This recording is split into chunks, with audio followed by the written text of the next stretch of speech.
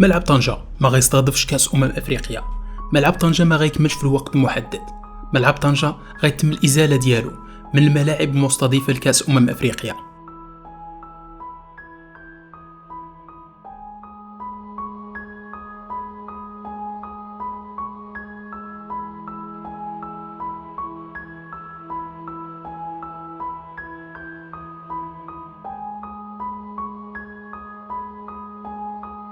هاد التساؤلات كامله غنجاوبوا عليها في هذا الفيديو. شنو واقع في ملعب ابن بطوطة؟ وشنو هي ردة فعل المسؤولين تما؟ وشنو هي ردة فعل الشعب المغربي تجاه هاد التوقف المفاجئ ديال الاشغال؟ بزاف ديال التساؤلات بالبال نايضه في الراي العام المغربي. كنتي كتشوفني اول مره سميتي عبدو في قناه ابدو سكاي. الا كان كيعجبك المحتوى ديالنا نتمنى تشترك في القناه وتدعمنا باللايك باش نوصلوا لاول 10,000 مشترك في اقرب وقت ممكن. بلا ما نطول عليكم، على بركه الله.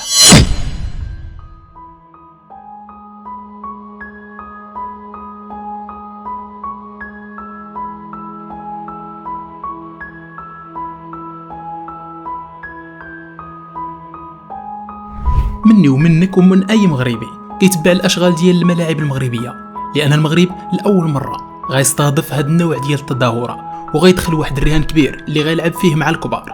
واحد الرهان اللي خاصو الزاما انه يوجد الملاعب ديالو لكاس افريقيا 2025 والمونديال 2030 من عيد الفطر تقريبا. وحنا كنشوفوا اشغال ملعب طنجة دخلت في واحد السبات عميق اللي خلات المغاربه كاملين واحلين في شنو هو المشكل اللي خلى هاد الاشغال توقف. تتواصل أشغال التطوير والتهيئة بشكل متوازي ومتنوع هنا بمحيط ملعب طنجة الكبير الذي سيحتضن عددا من مباريات كأس أفريقيا.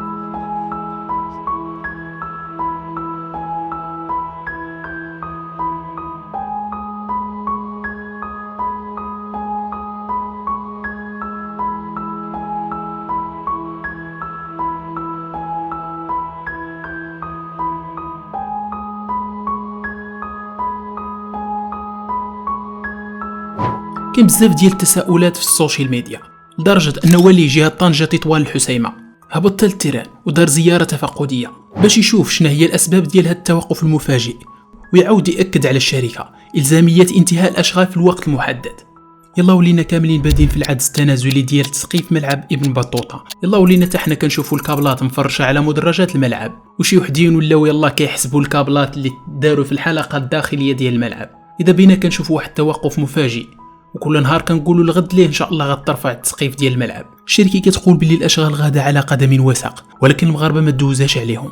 بالنسبه للاشغال راه باينه الا كانت غاده ولا كانت متوقفه. على سبيل المثال هبط غير الرباط وشوف شحال ديال التطور كيطرا على ملعب مولاي عبد الله في كل اسبوع، وملعب مولاي الحسن اللي بادي غير البارح. يونس تازي ولي الجهه قام نهار الثلاث الماضي بزياره تفقديه للملعب وشاف بعينه الاشغال وشحال بقى ليها، وأكد على الشركة أنها خاصها تزيد من وتيرة الأشغال، والشركة كتعطي مبررات بسوء الأحوال الجوية وأنها خدامة في جنبات الملعب. ولكن المشكل الكبير هو أن الملعب خاصو يتسلم للكان قبل التظاهرة على الأقل ب3 أشهر، اللي خاصو إلزاما أشهر قبل التظاهرة باش يتم استيفاء الشروط المقدمة من الكونفدرالية الأفريقية لكرة القدم. جابت واحد السخط كبير من قبل الشعب المغربي وخصوصا سكان طنجة اللي خايفين يتسحب ملعب طنجة من استضافة الكان.